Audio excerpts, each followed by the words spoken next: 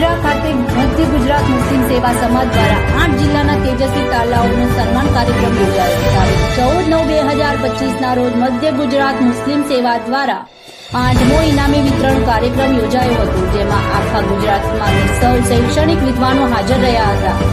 જેમાં પંચમહાલ જિલ્લાના police range IG અસાડી સાહેબ, પોલીસ અધ્યક્ષ ડોક્ટર વિકાસ સાહેબ, નગરપાલિકાના પ્રમુખ જયેશ ચૌહાણ તથા હજરત મુફ્તી અમીન કલા સાહેબ તેમજ સમસ્ત મુસ્લિમ સેવા સમાજના પ્રમુખ સૈયદ કબીર પીરજાદા ટ્રસ્ટના સભ્યો સહિત હાજર રહ્યા હતા.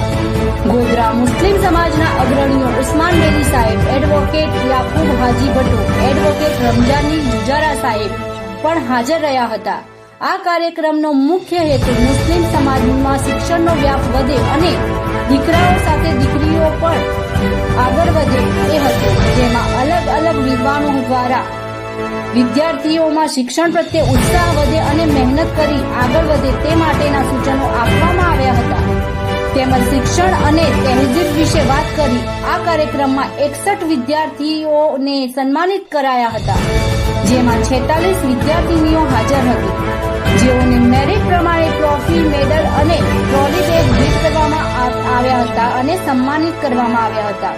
આ કાર્યક્રમને સફળ બનાવવા અલગ અલગ જિલ્લાના હોદ્દેદારો, ટ્રસ્ટના સભ્યો અને નાના નાના સ્વયંસેવકો એ પોતાની કિંમતી સમય આપ્યો હતો અને આ કાર્યક્રમમાં હિન્દુ મુસ્લિમ પક્ષના લોકો પણ સામેલ થયા હતા.